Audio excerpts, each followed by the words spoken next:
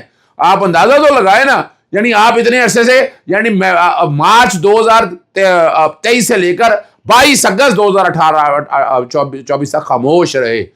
اس میں انشاءاللہ شیخ امتیاز محمود صاحب کو میں کریڈٹ دیتا ہوں، ان کے خاندان کو کریڈٹ دیتا ہوں. وہ کھڑے ہوئے ہیں، اٹھ کھڑے ہوئے ہیں، پیچھے نہیں ہٹ رہے. کل آپ کو پتا، کل ہی میں نے بتا دیا تھا کہ 10 اراکین کا فیصلہ کالعدم ہو جانا ہے، اور آج جو کہ نوٹس کیا ہوا تھا جسمانی ریمانڈ کا فیصلہ کالعدم قرار دے دیا ہے. اور چیف صاحب نے کہ جی تو استفسار کیا، جی تو اسٹیٹ آ گئی ہے، دیکھا جسمانی ریمانڈ کے تمام آرڈر ایک جیسے ہی ہیں، اسٹیٹ کو جواب دینے دے کہ ایسا کیا ہوا. 8 روز کا جسمانی ریمانڈ دیا. یہ تو ایسا عمل اس میں کوئی مثال ہی نہیں ملتی. پروسیکیوٹر جنرل نے ایف آئی پڑھ کے سنائی. جب ایف آئی آر کا متن پڑھ رہے چیف جسٹس نے دلچسپ نماز دیکھا، اس ایف آئی آر کا انتھرا بھی دلچسپ ہے. یہ اسلام آباد ہے پولیس یا رضیہ جو گنڈوں میں پھنس گئی، یعنی بڑی مزدار بات ہے. کریڈٹ دینا ہوگا، بڑے عرصے بعد اچھی کامیڈی دیکھنے کو ملی ہے. جسے بھی ایف آئی آر لکھی ہے اس نے اچھی کامیڈی لکھی ہے. جیسے کہا کہ شعیب شہین پر پستول ڈال دیے گا. شعیب ان کا میں نہیں جانتا. گور خان کا کہہ رہے ہیں کہ پستول نکال لی. گور کو آپ اور میں نہیں جانتا. جنہوں نے کہا کہ کامیڈی آپ نے پڑھ لی، اب ان سے کیا برآمد کرنا ہے. جواب دیا کہ شعیب شہین سے ڈنڈا برآمد ہوا. سخت سے نکل آئی کمرہ عدالت میں، کہہ کے لگ گئے. اور شیر افضل مرو سے پستول برآمد ہوا. جنہوں نے کہا کہ 4 روز ہو گئے، آپ نے جو کرنا تھا وہ آپ نے کر لیا. 8 دن کا ریمانڈ کیوں دیا؟ 2 دن کا دیتے، کسٹڈی دے دی جاتی، لیکن حتمی طور پر کسٹڈی کورٹ کی ہوتی ہے. جس سے ہم لوگوں نے کہا کہ اس مقدمہ میں مزکہ قسم کے الزامات لگائے ہیں. 8 روزہ ریمانڈ دے دی گیا. اگر الزام درست بھی مان لیں اس کا طریقہ کار ہے. یہ سٹوری جس نے بنائی ہے مزید مزیدار قسم کی ہے، جس پر فلم بن سکتی ہے. 8 روزہ ریمانڈ جینی جمان ہے وہ اڑا کے پھینک دیا. اور یہی ٹرینڈ میں بتا رہا ہوں، یہ پورے پاکستان کے اندر جانا ہے. لاہور ہائی کورٹ میں بھی بہت سے معاملات ہم لے کر چل رہے ہیں، اور انشاءاللہ آنے والے دنوں میں آپ دیکھیں گے کہ حالات کس سمت میں ہیں.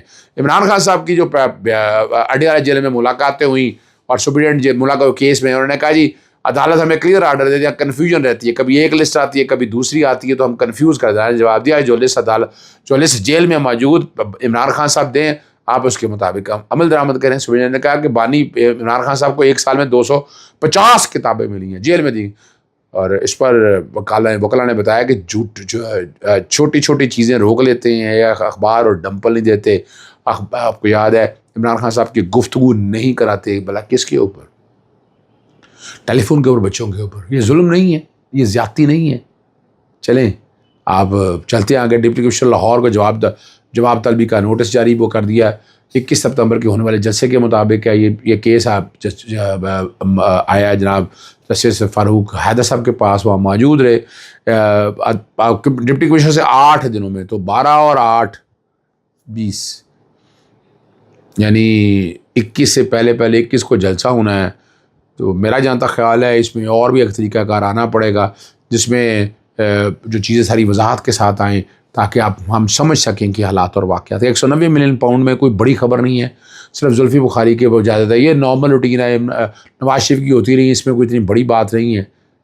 جب سب سے پہلے مقصود کے حوالے سے کیس کی سماعت کیا ہوئی اور شیخ امتیاز صاحب کے حوالے سے میں نے جو میڈیا سے گفتگو کی وہ سنی. اور ہائی کورٹ میں آج بہت ہی اہم سماعت ہوئی. الیکشن کمیشن بھی بھاگ رہا ہے اور وفاقی حکومت بھی چھپ رہی ہے مخصوص نشستیں کے کیس دینے کے حوالے سے، کہ مخصوص نشستیں جو ہیں وہ پاکستان تحریک انصاف کا حق ہے، اور جو آئین میں یعنی قانون میں جو ترمیم کی گئی ہے وہ آئین سے متصادم ہے، آرٹیکل 51 اور 106 کے حوالے سے. آج عدالت کی طرف سے یہ ریمارکس تھے کہ یہ درخواست قابل سماعت کیسے ہے. انہیں بتایا گیا جی ووٹر ممبر کی طرف سے ہے، اور یہ پٹیشن پوری میں پچھلے 1.5 سال سے ہونے والی الیکشن کمیشن کی بدنیتیاں بتائی گئی ہیں. الیکشن کمیشن نے کس طرح الیکشن کے پروسیس کو گڑبڑ کی ہے اس بارے میں. اور آج خاص طور پر اگر دیکھا جائے کہ وفاقی حکومت اٹارنی جنرل صاحب پیش نہیں ہوئے. انہوں نے کہا جی وہ جوڈیشل کمیشن کا اجلاس ہے، کہ مان لیا جوڈیشل کمیشن کا اگر اجلاس ہے تو جواب تو داخل کرنا تھا. میں نے کہا جی 15 اگست سے یہ معاملہ چل رہا ہے اور مخصوص نشستیں خالی پڑی ہیں سینٹ کے اندر بھی، اور خاص طور پر قومی اسمبلی کے اندر بھی یہ سیٹیں خالی نہیں رکھی جا سکتی ہیں، اور یہ ایک مذاق بنایا ہوا یہاں اس حوالے سے۔ عدالت نے ان سے ریمارکس پوچھے کہ وفاقی حکومت نے جواب کیوں نہیں داخل کیا، بتایا بار بار عدالت نے کہا ہے، اور یہ جو اعتراض اٹھا رہے ہیں کہ یہ درخواست قابل سماعت نہیں ہے، وہ ہرڈل کراس ہو چکی ہوئی ہے۔ عدالت نے اس درخواست کو سامنے رکھتے ہوئے نوٹس جاری کیے ہوئے ہیں، جواب مانگا ہوا ہے، اور یہ جواب داخل نہیں کر رہے ہیں۔ ان کا آج جواب داخل کرنے کا حق ختم کیا جائے، اور میں آج بھی تیار ہوں کرنے کے لیے۔ عدالت نے اس کو 2 ہفتے کے لیے سماعت ملتوی کرنے کو کہا، تو بتایا گیا کہ نہیں، 2 ہفتے کے لیے مت ملتوی کیجیے گا، اور اگر یہ کرنا بھی چاہتے ہیں تو انہیں تھوڑا سا ٹائم دے دیں۔ عدالت نے 25 سپتمبر تک درخواست سماعت ملتوی کر دی ہے۔ پھر اعتراض اٹھایا گیا کہ جناب دوسرا حصہ جو ہے سپریم کورٹ کے فیصلے پر عمل درآمد کرنے کے حوالے سے کوئی آرڈر نہ آئے۔ عدالت نے کہا جواب داخل کرنا ہے پوری آئینی درخواست کا، میں کیسے کہہ سکتا ہوں؟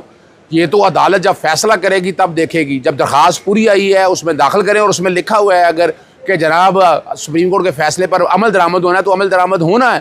اور قانون بناتے ہو تو بڑی تیزی کرتے ہیں، آپ تو دیکھتے نہیں، فوراً قانون بنا دیتے ہیں، یہ نہیں دیکھتے کہ آئین اور قانون کے خلاف وہ کیس ہے یا نہیں ہے۔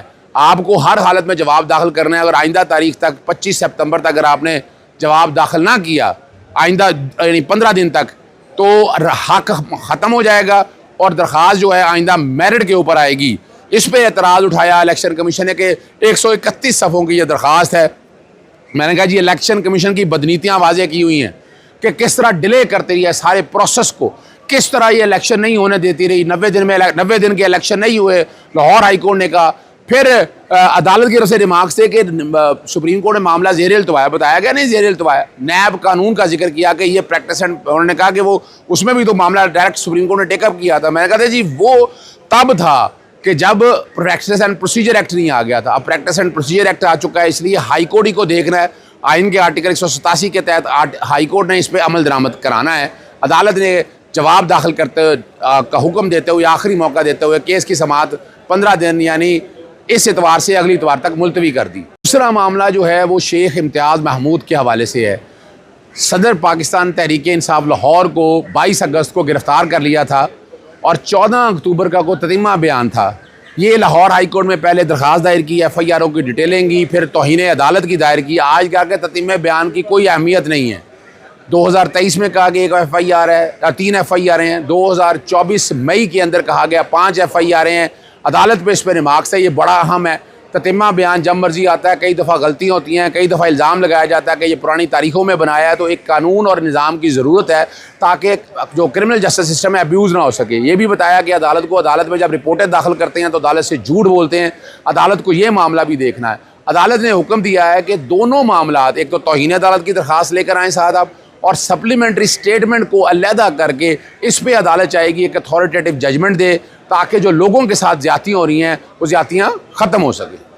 اجازت چاہتا ہوں، السلام علیکم، اللہ حافظ، پاکستان زندہ باد۔